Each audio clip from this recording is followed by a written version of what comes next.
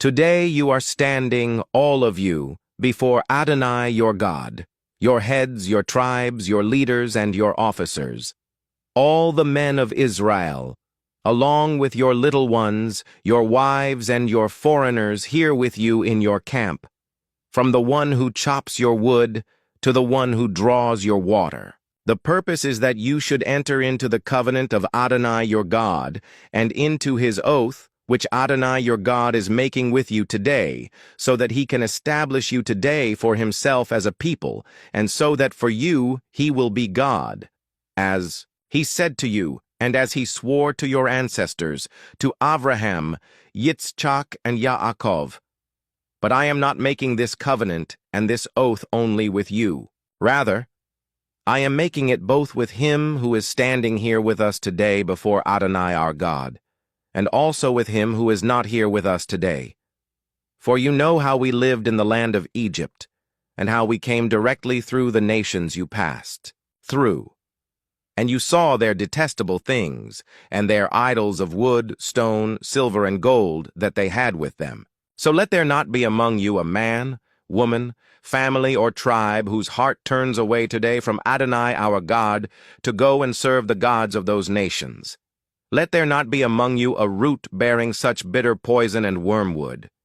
If there is such a person, when he hears the words of this curse, he will bless himself secretly, saying to himself, I will be all right, even though I will stubbornly keep doing whatever I feel like doing, so that I, although dry, sinful, will be added to the watered, righteous. But Adonai will not forgive him. Rather, the anger and jealousy of Adonai will blaze up against that person. Every curse written in this book will be upon him. Adonai will blot out his name from under heaven. Adonai will single him out from all the tribes of Israel to experience what is bad in all the curses of the covenant written in this book of the Torah.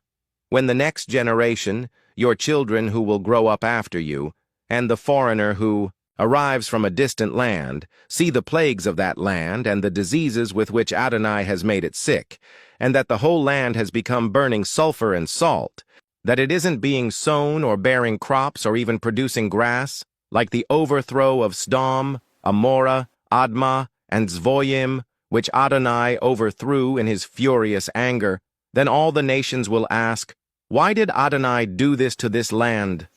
What is the meaning of such frenzied, furious anger? People will answer, it's because they abandoned the covenant of Adonai, the God of their fathers, which he made with them when he brought them out of the land of Egypt. They went and served other gods, prostrating themselves before them, gods they had not known, and which he had not assigned them. For this reason, the anger of Adonai blazed up against this land, and brought upon it every curse written in this book. And Adonai, in anger, fury, and incensed with indignation, uprooted them from their land, and threw them out into another land, as it is today. Things which are hidden belong to Adonai our God. But the things that have been revealed belong to us and our children forever, so that we can observe all the words of this Torah. Deuteronomy 30. When the time arrives that all these things have come upon you, both the blessing and the curse which I have presented to you, and you are there among the nations to which Adonai your God has driven you, then at last you will start thinking about what has happened to you, and you will return to Adonai your God, and pay attention to what he has said, which will be exactly what I am ordering you to do today, you and your children, with all your heart and all your being. At that point, Adonai your God will reverse your exile and show you mercy. He will return and gather you from all the peoples to which Adonai your God scattered you. If one of yours was scattered to the far end of the sky, Adonai your God will gather you even from there. He will go there and get you. Adonai your God will bring you back into the land your ancestors possessed, and you will possess it. He will make you prosper there, and you will become even more numerous than your ancestors. Then Adonai your God will circumcise your hearts, and the hearts of your children, so that you will love Adonai your God with all your heart and all your being, and thus you will live. Adonai your God will put all these curses on your enemies, on those who hated and persecuted you.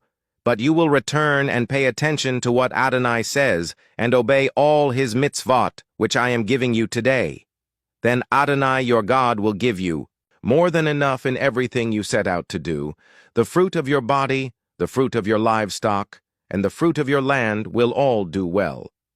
For Adonai will once again rejoice to see you do well, just as he rejoiced in your ancestors. However, all this will happen only if you pay attention to what Adonai your God says, so that you obey his mitzvot and regulations which are written in this book of the Torah, if you turn to Adonai your God with all your heart and all your being. For this mitzvah which I am giving you today is not too hard for you. It is not beyond your reach. It isn't in the sky, so that you need to ask, who will go up into the sky for us, bring it to us, and make us hear it, so that we can obey it? Likewise, it isn't beyond the sea, so that you need to ask, who will cross the sea for us, bring it to us, and make us hear it, so that we can obey it?